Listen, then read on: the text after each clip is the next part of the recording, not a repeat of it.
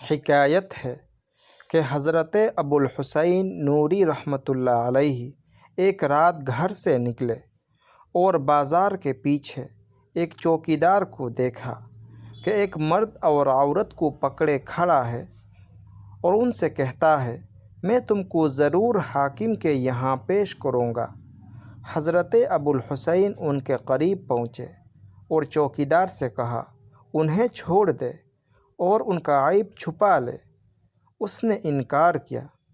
آپ نے جیب سے ایک رومال نکالا جس میں کچھ دراہم تھے اور اپنی چادر اتاری اور سب اس چوکیدار کو دے کر فرمایا، انہیں چھوڑ دے اور یہ سب لے جا، اور میں تیرے ساتھ حاکم کے روبرو چلوں گا، مجھے اس کے سامنے پیش کر دیجیے۔ چوکیدار نے کہا، اس شرط پر کہ میں جو کچھ تیری نسبت کہوں اسے تو برا نہ مانے۔ آپ نے کہا، ہاں۔ چنانچہ سپاہی نے وہ چیزیں لے کر انہیں تو چھوڑ دیا، اور اس چوکیدار نے آپ کی گردن میں چادر ڈالی اور کھینچتے ہوئے کوتوال کے پاس لے گیا اور کہا، میں نے ان کو ایک عورت کے ساتھ بازار میں پایا تھا۔ حاکم نے ان سے کہا، تم کیا کہتے ہو؟